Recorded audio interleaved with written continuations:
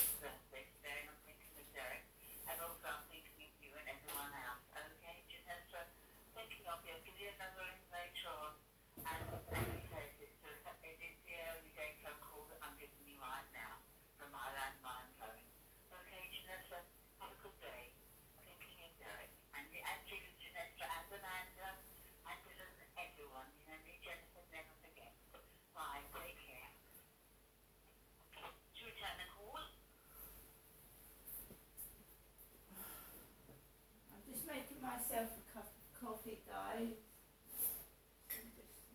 I think I've made one already. I've made another one. Oh, that's two I've got to drink, isn't it? Accidentally made myself 2 cups of coffee. So as you've gathered, it's my father would have been 78. My mum's just wrong. So I think it's a day which is just going to be one of those days. I'm not planning on going anywhere. I myself am not feeling angry or upset, as in, I'm going to start, when you go outside, sometimes when things are on your mind and you get upset, you start getting into arguments and things. What I'm trying to say is I don't feel like that. My dad passed away 2 years ago, and around this time of year it's always a bit depressing because he passed away in August, the end of August. It was his birthday today, so I just want to get this over with, and then I can just maybe start getting back to being me. I can't go up and see my mum. As you know, in recent weeks my cat has gone missing. I'm not saying that she was stolen, but there's been a few cats that have gone missing in the Medway area. My dog is valuable to me, not only in money, but he's valuable in the fact that he is my best friend at the moment. I mean, he comes and sits by my side in the morning. And he lies at the bottom of my feet. He's my mate. He's my best friend. So I am not. I wouldn't be very happy if my dog went missing while I was up going round my mother's. Even though the cat didn't go missing when I was round my mother's, the cat went missing when I was walking my dog two Saturdays ago. But if you go on to Medway Lost and Found Cats, there's a lot of people that have lost their cats and they've been missing months. Some return, some don't. But when a pet is your is your only companion, it's just quite distressing for someone living by themselves when they lose their pet. So I can quite understand. Right, Alexa, good morning. Good morning. On this day in 2003, magician David Blaine entered a transparent plexiglass box in London, hung 30 feet in the air, and stayed there for 44 days. I assume he wasn't afraid of heights. At least when he went in. Alexa, what's the time, please? The time is 9:01 a.m. Alexa, what's the date today? Alexa, the date. Alexa, what is the date today? Today is Tuesday the 5th of September. Alexa, what's the weather outlook? In Rochester, it's 19 degrees Celsius with clear skies and sun. Today's forecast calls for more of the same, with a high of 26 degrees and a low of 15 degrees. Also, there's a flood alert in effect. Alexa, can you tell me a joke? Why is a droid mechanic never lonely? Because he's always making new friends. Right, Alexa, celebrity birthdays.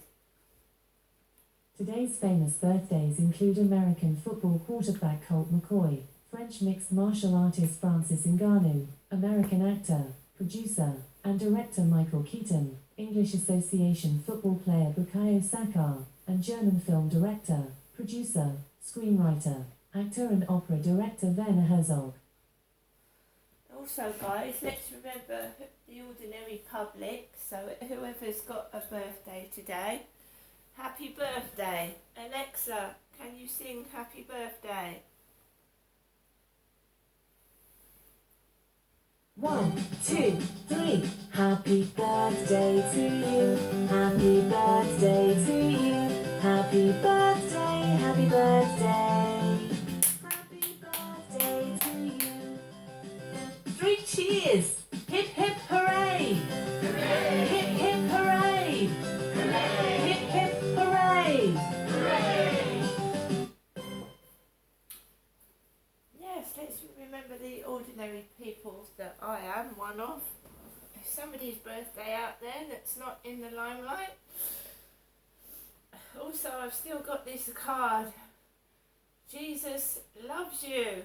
That was put in my mailbox yesterday or at the weekend. Jesus loves me. My son told me to go and have a wander around maybe the cathedral. Today I'm going to remember my dad from my home and light a candle later on. And because I can't even have any peace and quiet in Rochester Cathedral. I can't. When I go in there to pray, I've usually got someone right behind my back, also not respecting my privacy space. So I'm going to say a prayer for my father indoors. I have learnt that you're safe in your own home and people can bully you outside. Like even going to the co-op yesterday wasn't a very nice experience, but I need to eat.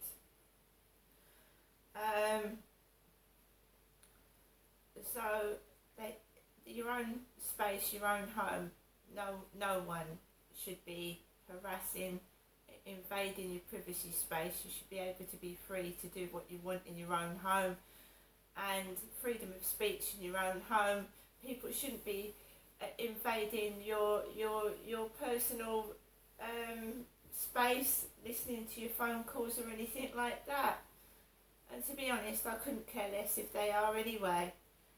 They must be sat there for hours, bored out of their minds. And then you wind them up. When you know you're being spied on, you just wind them up. That's what I do anyway.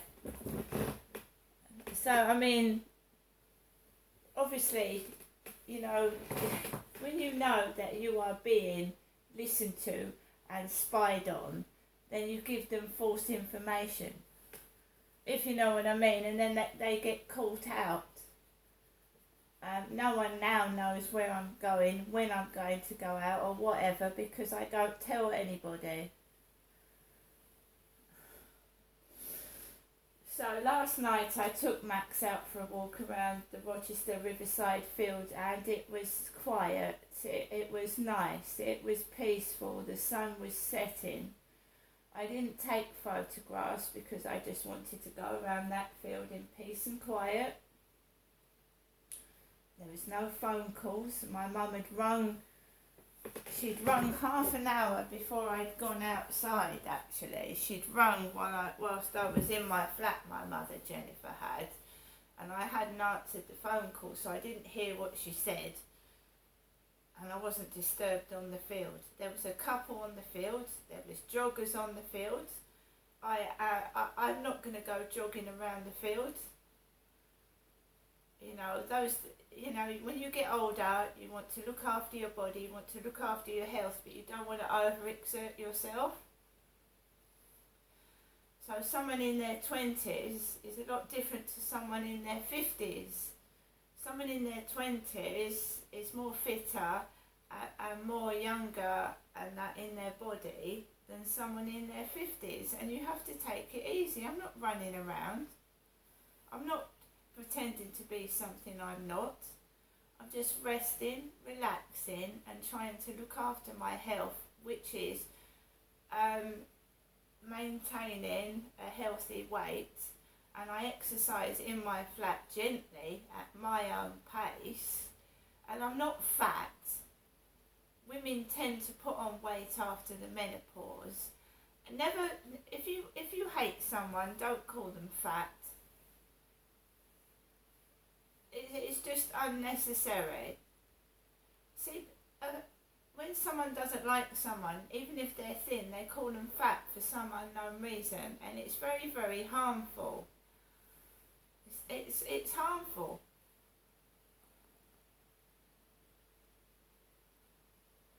I'm still going to do what I'm going to do. Unfortunately for me, I can't wear earphones, because this was probably going on when I was married, when I used to go down to the shops in Chatham, etc., etc., and I spent nearly 24 hours with earphones in my ears. I didn't listen to what people were saying. When I couldn't wear earphones anymore, I thought it was going to kill me, because I was starting to hear what people were saying behind my back whilst I was walking around with my dad in the supermarket. And it was driving me crazy, the people's conversations with each other near my ears. I wanted to block it out. Now I've learnt to live with it. It still upsets me. I mean, some people, either they're doing it on purpose so you can hear it, or they think I'm bloody deaf. And I'm not deaf. But I'm not going to grab someone round the neck because they've said to their kid, fathead, baldy. That's what was said as I was walking up past the Rochester Riverside office, crossing over to go into the co-op. This young lad had a little daughter, and he was shouting at his daughter, fathead, baldy, making out that she was calling him a fathead and he was calling her baldy back. But we all know that baldy means someone with a bald head, and fathead means you've got a double chin. So what were they saying? They were a fat, bald person? Why people have to shout things when other people are walking past, I don't know. I mean, years ago, they were just... I mean, I'm getting people on TikTok wanting to be my friend, calling themselves fatty. Now, do I look fat? Would you say that I'm horrendously overweight, obese and fat? Because I must be wearing funny glasses, because when I look in the mirror, I see an ordinary woman that may have had a hard life, but I don't see an overweight, obese, ugly person. I'm sorry, but I don't. Alexa, LBC Radio. LBC London from Global Player. I don't think I can beat that story. You've referenced It's true. No, of course it is. You referenced Suella Braverman saying that every crime must be investigated. Do you think that's going to happen, Stu? Well, I don't know. Listen, there's going to be a lot of political rhetoric flying around in the next 15 months. Let's see. Chris Philp, who is the policing minister, is saying there should be a zero tolerance to shop theft. Currently, there seems to be, if the goods are below £200, they don't really get involved. As someone who chairs ASDA, your reaction to that? Well, it's nonsensical, but I'll tell you what it is. I mean, the public, have been sensitised to sort of become risk averse. And just a slightly different story. I've got a big problem with people cycling on pavements in London. I walked down the street the other day, and a bloke came cycling towards me. So I said, very politely, no cycling on pavements, please. Well, the abuse that I had was quite astonishing. And, I'm reasonably, I'm quite combative.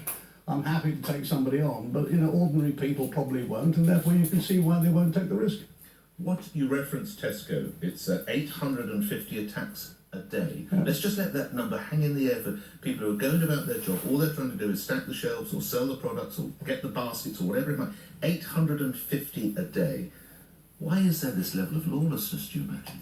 Well, because we've allowed it to happen, but I mean, we can do something. I mean, we should make it very clear to people coming into shops that, if we do catch them stealing things, we will prosecute them if we can. And it's become a bit of a game. Do you know whether ASDA staff have body-worn cameras or? No, we don't use them unilaterally, but I don't really want to get to a world where you sit down and everybody's photographing everybody else for whatever action they take. I mean, that's not a good place to be. But we do have to be careful about how our staff are exposed to dangers. That's just a quick response. Dan, a quick response before I let you go from what you've heard from Stuart Rose. Yeah, I mean, obviously, Lord Rose and I share the same thinking. Dan, Stuart, stop calling me Lord Rose, bro. According to Stuart, he gets very annoyed about that. I know from personal experience. I've got a bit of a ticking off once. Yeah, on you go, Dan.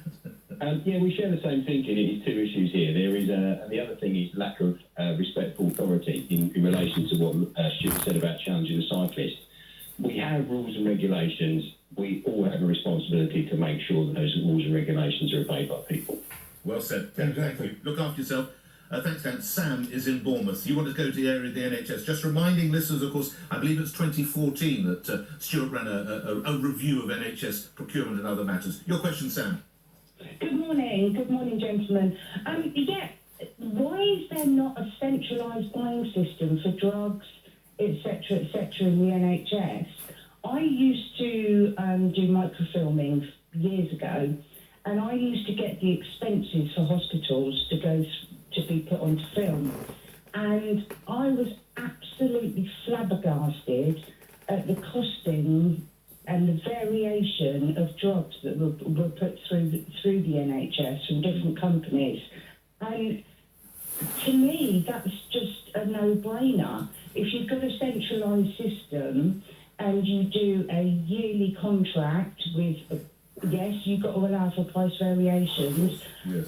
But Why isn't it there? Okay, Sam, stay on the line. Let's speak to someone who, I think, was it 2014 you looked at this, Stuart? I was, yes, but me and others, and I will come to that in a second. What? Well, Sam, you raised a very important point. I mean, let's start where I think we need to start. The National Health Service is a great institution. It's absolutely necessary that it becomes fit for purpose in the 21st century. We are all getting older, medicine is getting better, and at the end of the day, it's costing more. It is not fit for purpose. Now, you mentioned,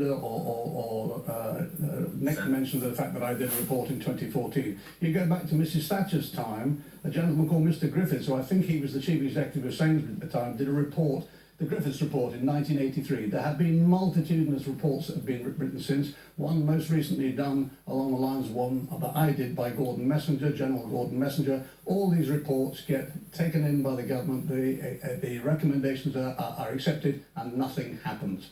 And at the end, Is that what happened to yours? Yes, mine got put on the shelf. All the recommendations are accepted. I'll bet you, I've never followed it up, but I'll bet you not a single thing has been done. And it's quite sad. Now, at the end of the day, what I've tried to... I said once, and I was laughed at out of court, although I did raise it, and I hope he doesn't mind mentioning it on air with John Major once, and I suggested, rather naively to him, I said, John, why is it this national institution, which is no longer fit for purpose, isn't now partly dealt with on a universal basis by parties, by the Liberal Party, by the Labour Party, by the Conservatives? Why don't we have a cross-party commission which looks at what we need to do, how can we afford to fund it, how it should be done, whether it should be centralised, whether it should be not centralised? He said, good idea, Stuart, it'll never happen because it's a political football. And you see the days it will never happen then as a result of that. When you did your report, you spoke of a chronic shortage of good leaders, no unifying ethos across all disciplines. This again comes to the idea of centralised ordering, does it? Because we have a situation, Stuart, you know, but just one for my listeners. One trust spends £16.47 on a pack of 12 rubber gloves, which costs another 35p, which you can get in Wicks for 50p. There are millions of examples. How is that ever to be? But let's remember, there are some fantastic people trying hard to get an improper system to work properly. That's the sadness of it. Can it always be free at the point of care, point of use? Well, I actually say that there ought to be a very careful thinking about that. I did suggest that there ought to be some hypothecation, i.e. tax especially reserved for the National Health Service, and also I think that we ought to be thinking about some sort of means testing. You know, I'm lucky, I can afford to pay a bit, and I would be perfectly happy myself to pay some contribution. Not the full contribution, but some. Because I think what it does is it would show the true value of something. If you get something for free, you treat it as having no value. Lastly, you know the value of business. How long is this sustainable as a business, the NHS? It seems to be creaking almost on almost every other month. Well, it's like many other things in the country at the moment, Nick. At the end of the day, you know, we're kicking the can down the street primarily because we're not creating enough wealth in this country. We have got too many demands on that wealth, and therefore we're having to make difficult choices, as you've seen with the most recent example with schools and concrete. Sam, thank you for your call. Stephen's in East Grinstead. Stephen, you're on the radio. Good morning. Hi, good morning, Nick. Good morning, Mr. Rose. A few months ago, your boss, Mr. Mohsen Issa, was in front of the Business and Trade Committee. Right, guys. Right, can I just say something to all of you before I just leave? I was getting mail addressed to John Rose, who supposedly worked in Asda when I first moved into this property in 2020. I kept giving the post back to the postman. The postman said he doesn't live here. I said no. I was handing